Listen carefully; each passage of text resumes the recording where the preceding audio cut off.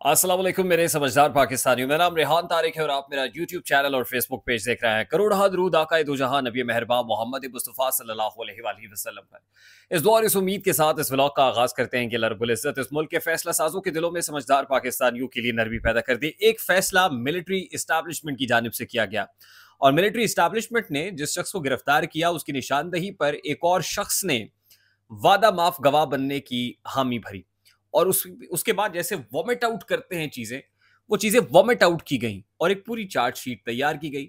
अब military court में trial के मामले पर दूसरा फैसला इमरान खान साहब ने किया और उस फैसले के कुछ नताइज भी आज मुरतब हुए हैं। वो नताइज क्या है, मिलिट्री इस्टेब्लिशमेंट ने क्या सोचा और इमरान खान ने उसको कैसे काउंटर किया, ये सारी डिटेल्स आपके सामने होंगी। आज ही एक बड़ा इस्तीफा भी सरफस हुआ है।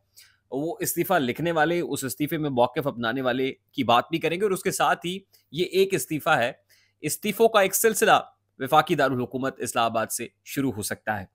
लेकिन उससे पहले मैं एक बड़ा ही इम्पोर्टेंट मामला है, क्योंकि मैं खुद भी अब तो कमोबेश हर हफ़्ता ही बरास्ता मोटरवे सफ़र कर रहा होता हूँ।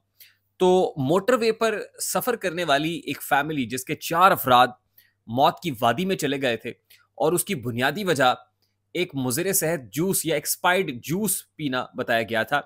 अब उसकी जो फाइंडिंग्स हैं वो सामने आई हैं और मैं ये चाहता हूँ कि मैं इस व्लॉग की वसातत से इसको एज एन अवेयरनेस रखूं और मैं फिर वो जो होशरुबा इंकशाफात हुए उसमें वो क्या हुआ है, ज़रा मैं सबसे पहले मैं चाहूँगा कि बड़ी तवज्जो से मेरी बात सुनिएगा।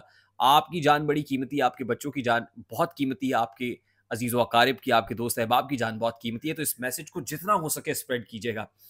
चंद रोज़ पहले सालम इंटरचेंज के करीब भेरा मोटरवे पर एक अफसोसनाक वाक़या पेश आया था, जहाँ पर अ, उस वक़्त रिपोर्ट्स के मुताबिक कहा यह गया कि मुज़र सेहत जूस या एक्सपायर्ड जूस पीने से 4 अफ़राद, एक बड़ी खूबसूरत फ़ैमिली मौत की वादी में चली गई। उनके बच्चे भी साथ थे। एक ड्राइवर बचा था और उस ड्राइवर के बचने की भी एक वजह थी और वजह ये थी कि उसको फौरी तौर पर उसने वॉमिट आउट कर दिया था। जो कुछ खाया था, वॉमिटिंग हो गई थी, उल्टी हो गई थी, कै हो गई थी, जिसकी वजह से वो जो पॉइज़नस मटीरियल था वो उसके स्टमक में नहीं रहा, अल्टीमेटली बाहर आ गया और उसकी जान बच गई। जो बाकी 4 लोग थे उनको कोई ऐसा सिम्पटम्स नहीं थे, कै कोई नहीं आई और अल्टीमेटली वो जो पॉइज़न था वो उनकी बॉडी में फैल गया, जो जानलेवा साबित हुआ। इब्तदाई तौर पर तो यही कहा गया ना कि वो जूस एक्सपायर्ड था। अच्छा, अब जो रिपोर्ट सामने आई है उसमें ये हुआ ये कि जो ड्राइवर साहब थे, उन ड्राइवर साहब की का जो जब वो सैंपल कलेक्ट किया गया, जो उन्होंने जो खाया था ख़ास तौर पे वो जो जूस था और साथ में पैटीज़ थे। वो पैटी जो चिकन या जो है वो मटन पैटी बताया जा रहा है कि जो उसके अंदर मवाद मौजूद था, जो मटीरियल था, वो खाने की वजह से जो है वो मौत वाक़ई हुई थी। अच्छा, अब वो पता ये चला कि वो असल में वो वजह बनी। वो हुआ ये कि वो जो पैटीज़ खाए थे उन्होंने, वो उस बेकरी से भी फ़ौरी तौर पर जो तहवील में लिए गए थे ताकि इन्वेस्टिगेशन हो सके, उसकी लैब रिपोर्ट तैयार की जा सके। और वो जो सैंपल ड्राइवर का लिया गया था, वो जो वहाँ पर उस वक़्त जो पैटीज़ बनाए गए थे, उसके सैंपल्स के साथ बिल्कुल वो मैच कर गया कि एग्ज़ैक्टली वो जो पॉइज़नस मटीरियल था, जो उसकी बॉडी में और उस मटीरियल के अंदर वो एग्ज़ैक्टली वही था जो उस बेकरी के पैटीज़ के अंदर मौजूद था। अब उससे गुमान गालिब है ये एनालाइज़ किया गया कि हो सकता है जो कीमा उसमें मौजूद था, वो कीमा ज़्यादा देर तक पड़ा रहा, उसके अंदर बैक्टीरियाज़ पैदा हुए और वो जो बैक्टीरियाज़ हैं, उन्होंने उसके अंदर जो है उसको उसको पॉइज़नस कर दिया। मुज़िर सेहत बैक्टीरियाज़ ने उसको पॉइज़नस किया, ज़्यादा देर तक उस बेकरी के अंदर वो सामान पड़ा हुआ था, वो एक्सपायर्ड था, किसी ने चेक नहीं किया, ना उसकी एक्सपायरी डेट देखी गई और अल्टीमेटली वो मौत की वजह बना। अच्छा, अब इससे भी ज़्यादा इंटरेस्टिंग बात ये है कि वो जो बेकरी है, वो बेकरी बहुत मशहूर है। मैं उसका नाम नहीं लूँगा, मैं सिर्फ़ आपको ये बता दूँगा, एक सिर्फ़ बात बताऊँगा, आप सब लोग पहुँच जाएँगे कि वो बेकरी कौन-सी है। और भेरा मोटरवे सालम इंटरचेंज के करीब वो जो बेकरी वाक़ई है, उस बेकरी का एक बड़ा मशहूर चैनल भी है। वो टीवी चैनल भी वो बेकरी रखती है और बड़ी मशहूर बेकरी है। आई होप कि अब आप सब लोग वहाँ तक पहुँच गए होंगे। मैं आपसे दस्तबस्ता गुज़ारिशें करता हूँ कि ख़ास तौर पे ऐसा मौसम जो आजकल है, बारिशों का मौसम है जिसमें हशरातुल अर्ज़ निकल आते हैं, छिपकलियाँ, चूहे, कीड़े-मकोड़े, ये वो सब। ये एक तो घर से पकी हुई चीज़ खा लें, घर से खाना लेके आप जब ट्रैवल करें तो साथ में रख लें। इन बेकरियों से, क्योंकि यहाँ पर पुअर हाइजीन है, पुअर हाइजीन है। हत्ता कि वो जो चीज़ वहाँ से निकली उसके अंदर जो है ना वो छिपकलियों का जो फाजिल मादा है वो भी उसके अंदर पाया गया। अब मतलब मैं, आप देखें ना, आप सोचते हुए भी आपको एक अजीब सी कैफियत हो रही है ना, आपकी बताते हुए भी मुझे अजीब सा महसूस हो रहा है। यही चीज़ खिलाते हैं ये लोग। तो हाइजीन का कोई ख्याल नहीं रखते, स्टाफ की हाइजीन का ख्याल नहीं रखते, जो चीज़ डाली जा रही है उसके अंदर उसका ख्याल नहीं रखते कि मटेरियल क्या इस्तेमाल किया जा रहा है, और आपकी जानों से खेलते हैं, खिलवाड़ करते हैं। और उससे भी बड़ी बात यह है कि वो बेकरी अभी तक सील नहीं हुई है, अभी तक काम कर रही है। तो जो ताकतवर होता है वो प्रिवेल करता है, जिसकी लाठी उसकी भैंस होती है। This is very unfortunate. तो सबसे पहले तो ये मुद्दा आपके सामने रखना मैं बहुत ज़रूरी समझता था। अब मैं बढ़ता हूँ जनाब उस इस्तीफे की जानिब जो आज इस्लामाबाद से और नेशनल असम्बली से सामने आया है। ये इस्तीफा देने वाला कोई और नहीं है बल्कि सरदार अख्तर जान मेंगल हैं, बीएनपी मेंगल के सरबराह।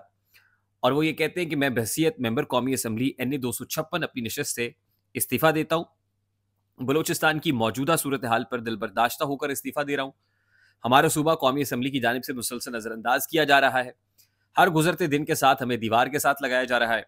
हम अपने हक के लिए एहतजाज भी नहीं कर सकते, हमें खामोश कराया जा रहा है। फिर वो कहते हैं कि मौजूदा सूरत हाल में मुझे लगा मैं मजीद नहीं चल सकता, बराए मेहरबानी मेरा इस्तीफा कबूल किया जाए। स्पीकर कौमी असम्बली के चैम्बर में ना होने पर इस्तीफा सेक्रेटरी कौमी असम्बली को जमा करा दिया है। और 2:35 पर, आज दोपहर 2:35 पर अख्तर जान मेंगल ने ये कौमी असम्बली सेक्रेटेरिएट में इस्तीफा जमा कराया है। आपको याद होगा कि अख्तर जान मेंगल PDM का हिस्सा रहे थे। उसके बाद जब ये इलेक्शंस हुए, PDM के साथ इनकी जो राहें हैं वो जुदा हो गई थी इंतखाबात से पहले ही, और जो मामलात उसके बाद हुए ये बिल्कुल तन्हा तन्हा अकेले अकेले थे। ऑपोजिशन के अंदर भी इनकी कोई जो है कोई दाल नहीं गल रही थी, कोई अलायंस नहीं हो पा रहा था। ये मतलब obviously he is season politician, senior politician है, बट ये शायद अपने आप को मिसफिट महसूस कर रहे थे। और ऐसे बहुत से लोग अभी हैं फ्लोर के ऊपर जो लाइकली आने वाले दिनों में इस्तीफे दे सकते हैं। और इस्लामाबाद से सिर्फ नेशनल असम्बली से नहीं, और भी कुछ ऐसी जगह हैं जहाँ से, जैसे कैसर बंगाली साहब का हमने इस्तीफा देखा है, अख्तर जान मेंगल का इस्तीफा है, और कुछ इस्तीफे भी रास्ते में हैं, ज़रा इस बात की तस्दीक कर रहे हैं। उसके साथ ही आज ही इमरान खान साहब ने मिलिट्री कोर्ट में ट्रायल से बचने के लिए इस्लामाबाद हाई कोर्ट के अंदर एक दरखास्त दी थी। इस्लामाबाद अब मिलिट्री कोर्ट का जो मामला है उसके ऊपर ज़रा ये बता रहे हैं कि ख़ास तौर पे जनरल फैज़ हमीद की गिरफ्तारी के बाद करने वालों ने कुछ वादा माफ़ गवाह भी तैयार कर लिए हैं, और पूरी चार्जशीट भी तैयार हो रही है। ताने बाने भी अल्टीमेटली इमरान खान साहब के साथ मिलाए जा रहे हैं, और मिलिट्री कोर्ट में ट्रायल का जो है वो तेज़ी से इस तरफ मामला बढ़ रहा है। तो इमरान खान साहब ने इसी को फोर्सी करते हुए इस्लामाबाद हाई कोर्ट से को में मिलिट्री कोर्ट में ट्रायल से बचने के लिए एक दरखास्त दी थी, जिस पर रजिस्ट्रार इस्लामाबाद हाई कोर्ट ने कुछ एतराज़ात लगाए। पहला एतराज़ रजिस्ट्रार साहब का ये है कि कोई FIR का हवाला आपने दिया नहीं। यानी ऐसा तो मामला ही नहीं है कि जो कोई वक़ूआ हुआ हो तो आप ये कह रहे हो कि ये ज़ाहिर है कुछ उसके अंदर दफ़ात होंगी, सिलसिला होगा, तो फिर हमें पता चलेगा ना। नंबर 1 ये कि कोई आपने किसी FIR का हवाला नहीं दिया।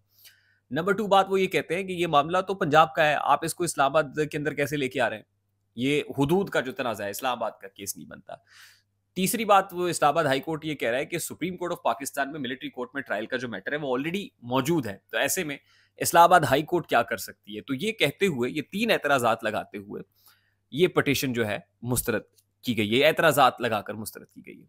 अब देखना ये है कि इन ग्रीवेंसेस का क्या जवाब दिया जाता है। ज़ाहिर है एक प्लान वो है जो एस्टैब्लिशमेंट का है, ताकतवर का है, और दूसरा प्लान वो है जो काउंटर में इमरान खान साहब का, और होगा वही अल्टीमेटली हमारे यहाँ जो ताकतवर चाहता है। उसके साथ साथ नेशनल असम्बली के फ्लोर पर आज जो कुछ हो रहा है, कुछ अमेंडमेंट्स आ गई हैं, और कॉन्स्टिट्यूशनल अमेंडमेंट्स हैं, और इसको तहरीक इंसाफ जुडिशल कू करार दे रही है। लेकिन बड़ी इंपॉर्टेंट और इंटरेस्टिंग बात मेरे लिए है कि आज बैरिस्टर गौहर साहब ने एक नोटिफिकेशन इशू किया अपने सिग्नेचर्स के साथ, और उसमें पाकिस्तान तहरीक इंसाफ के पार्लियामेंटेरियंस को कहा कि आप जो लेजिस्लेशन आएगी या प्राइवेट मेंबर बिल्स आएंगे उसमें भरपूर मुखालफत करेंगे हुकूमत की, और फिर पार्टी पॉलिसी को आप जो है वो फॉलो करेंगे, क्योंकि article 63A is very much clear about it, और 63A में कोई फ्लोर क्रॉसिंग नहीं हो सकती, पार्टी लाइन की खिलाफ वर्जी नहीं हो सकती। और अचंभे की बात तो ये कि जहां आपने 63A का हवाला दिया, बैरिस्टर गौहर साहब शायद ये लिखना भूल गए या समझना भूल गए कि पार्लियामानी लीडर का फैसला होता है। तो आप पार्लियामानी लीडर नहीं है, आप चेयरमैन हैं। यहाँ पे जरताज गुल अगर पार्लियामानी लीडर हैं तो उनको अपने दस्तखत से नोटिफिकेशन इशू करना चाहिए था। Article 63 is very much clear about it. मुझे नहीं समझ आती कि पाकिस्तान तहरीक इंसाफ के लोग क्यों ऐसे ब्लंडर करते हैं, और खासतौर पर बैरिस्टर गौहर साहब जैसे जो लीगल मामलात को बड़े अच्छे तरीके से जानते हैं, तो जरताज गुल से लेटर इशू कराते हैं। पार्लियामानी लीडर तो वो है, और यही ब्लंडर्स है आपके जो आपको बाद में ले डूबते हैं। आई होप मेरी बात आप तक पहुंची होगी। अगर पहुंच जाए तो वीडियो को लाइक और शेयर करना मत भूलिएगा। चैनल पे नए तो चैनल को सब्सक्राइब कर लीजिएगा, बेल आइकन जरूर दबाइएगा। मुझे रेहान तारिक को इजाजत दीजिए, अपना बहुत सारा ख्याल रखिएगा। अस्सलाम वालेकुम।